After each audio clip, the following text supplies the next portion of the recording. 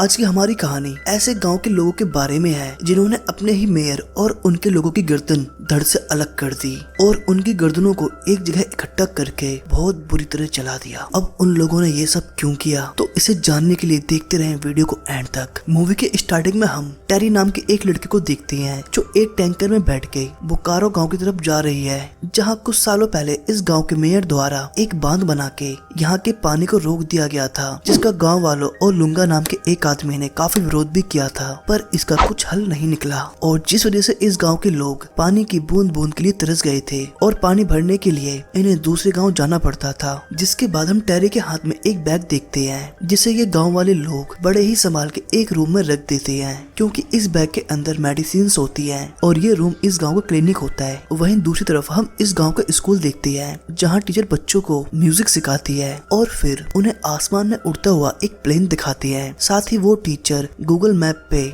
इन बच्चों को बोकारो गांव दिखाता है, पर बोकारो गूगल मैप पे कहीं नहीं होता और ये देख टीचर भी काफी परेशान होता है, पर बच्चों को बुरा फील ना हो तो इसलिए वो एक नक्शे में बोकारो दिखाते हैं। फिर अगले दिन इस गांव में 3 बड़ी बड़ी गाड़ियां एक साथ आती है, जिसमें से टोनी नाम का एक आदमी निकलता है। दरअसल ये आदमी इस गाँव का मेयर होता है और अब दोबारा से इलेक्शन आ गए थे, पर टोनी को देख के ये सभी गाँव वाले अपने अपने घर में चले गए थे, क्योंकि गाँव वालों को टोनी से बहुत ज्यादा नफरत थी। जिसके बाद टोनी उनके स्कूल के बाहर कुछ बुक्स गिरवाता है और बोलता है, गाँव वालों सुनो, मैं तुम्हारे स्कूल के लिए बुक्स लेकर आया हूँ और साथ ही मैं तुम लोगों के लिए खाना और दवाइयाँ भी लेकर आया हूँ। पर गांव वाले अपने ही घर से बोलते हैं कि हमें ये सब चीजें नहीं चाहिए, तुम बस डैम चालू करो। अब टोनी बोलता है, हाँ मैं तुम्हारी ये शर्त मान लेता हूँ, लेकिन मैं जब तक दोबारा से मेयर नहीं बन जाता तब तक मैं डैम चालू नहीं करूंगा, तो इसलिए अब तुम देख लो, मुझे जिता दो और पानी पालो। जिसके बाद हम गाँव के एक आदमी को देखते हैं जो गाँव की तरफ ही आ रहा था, पर उसके ऊपर हमें एक ड्रोन दिखाया जाता है, जिससे ये बात क्लियर है कि कोई ना कोई गांव वालों पर नजर रख रहा है। फिर उसी रात गांव में बहुत सारे घोड़े आ जाते हैं, जिन्हें देखकर सभी लोग हैरान थे कि ये घोड़े अचानक से यहाँ कैसे आ गए। फिर अगली सुबह गांव के 2 लड़के रेड एंड व्हाइट घोड़ों को छोड़ने जाते हैं, क्योंकि उन्हें लगता है कि ये जरूर खेत वाले मालिक के घोड़े होंगे। कि तभी गाँव में पानी का टैंकर आता है, जिसपे किसी ने रास्ते में गोलियां चलाई थी और उसमें काफी सारे छेद हो गए थे और काफी सारा पानी बह रहा था, जिस वजह से जॉन इस बारे में गांव के लोगों से डिस्कस करने लगता है। कि तभी उस गांव में 2 बाइकर्स आते हैं, तो जॉन उनसे पूछता है कि तुम लोग कौन हो और यहाँ कैसे आए हो। तो वो बताते हैं, हम बस बाइकर्स हैं और घूमते हुए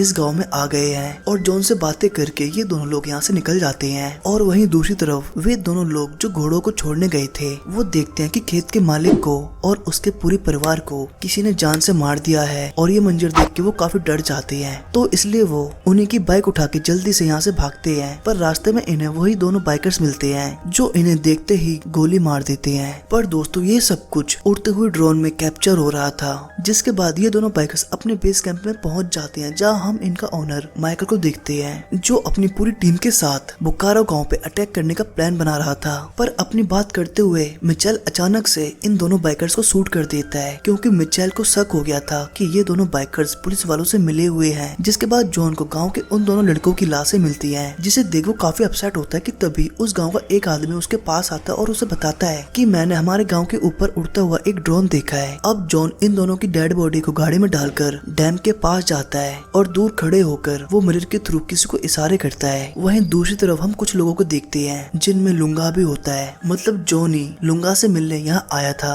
अब जॉन लुंगा को गाँव के दोनों लड़कों की लाशें दिखाता है, तो लुंगा पूछता है कि इन्हें किसने मारा। जॉन बोलता है, मुझे इस बारे में कुछ भी नहीं पता। जॉन लुंगा को टैंकर पे गोलियां चलाने वाली बात भी बताता है। फिर जॉन लुंगा को लेकर बोकारो गाँव जाता है और गाँव वाले लुंगा को देख के काफी खुश होते हैं, क्योंकि ये लोग लुंगा को अपना मसीहा मानते हैं। जब जॉन उन दोनों लोगों की लाशों को जीप से उतारता है, तो एक लेडी उनके पास आके बहुत बुरी तरह से रोने लगती है और बाकी सभी लोग काफी दुखी हो जाते हैं। जिसके बाद फाइनली ये सभी लोग उनका अंतिम संस्कार करते हैं। फिर ये लोग लुंगा का काफी अच्छे से वेलकम करते हैं और उसे भरपूर खाना खिलाते हैं। और इसके बाद गाँव के सभी लोग लुंगा को अपनी दुख तकलीफें बताते हैं, अपने दर्द को बांटते हैं। जिसके बाद लुंगा उन्हें जमीन में एक गड्ढा खोदने को बोलता है। अब ये सभी गाँव वाले मिलकर जमीन में गड्ढा खोदते हैं। कि तभी अचानक से गांव की लाइट चली जाती है, जिसे देख लूंगा सबको बताता है कि तैयार हो जाओ, मुझे लगता है कि हम पे हमला होने वाला है। फिर अगली सुबह मिशेल और उसके आदमी बोकारो के लोगों को मारने के लिए गांव में आता है, पर इन सभी लोगों को गांव पूरा खाली दिखाई देता है और गांव की सड़कें बिल्कुल सुनसान होती हैं। अब काफी देर इंतजार करने के बाद ये लोग गांव के घरों पर गोलियां चलाते हैं कि शायद इससे लोग बाहर रहे हैं कि तभी चर्च के पास एक टेम्पो आके रुकता है जिसमें काफी सारे कॉफिन थे।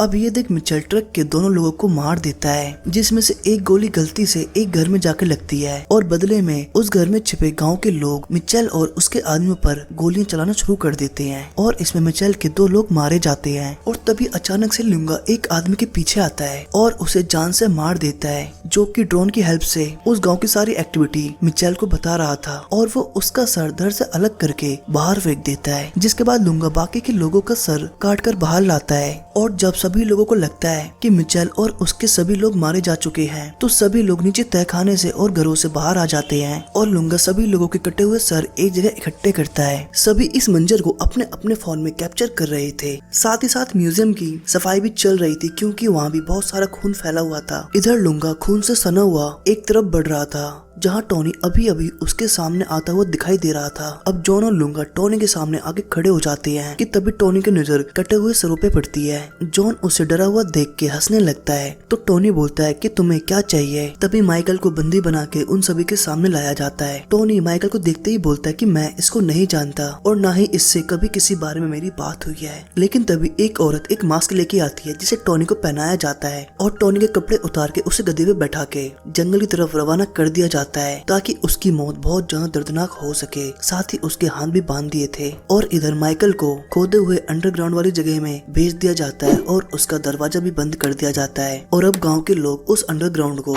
मिट्टी डाल के पूरी तरह बंद कर देते हैं। तो इस तरह बकुरा गाँव के लोगों ने अपने गाँव के सारे दुश्मनों को मार गिराया। दरअसल माइकल टोनी के लिए ही काम करता था और टोनी ने ही माइकल और उसकी पूरी टीम को गाँव वालों को मारने के लिए भेजा था। तो दोस्तों इस मूवी से ये तो पता चलता है कि पॉलिटिक्स बहुत ही ज्यादा गंदी चीज है, ये कभी किसी की नहीं हो सकती और राजनीति में कोई भी आदमी किसी भी हद तक जा सकता है। सो किसी भी पॉलिटिक्स पे भरोसा करने से पहले सोच समझ लेना। सो आपको एक्सप्लेनेशन कैसी लगी फटाफट से कमेंट में बताओ एंड थैंक्स फॉर वॉचिंग।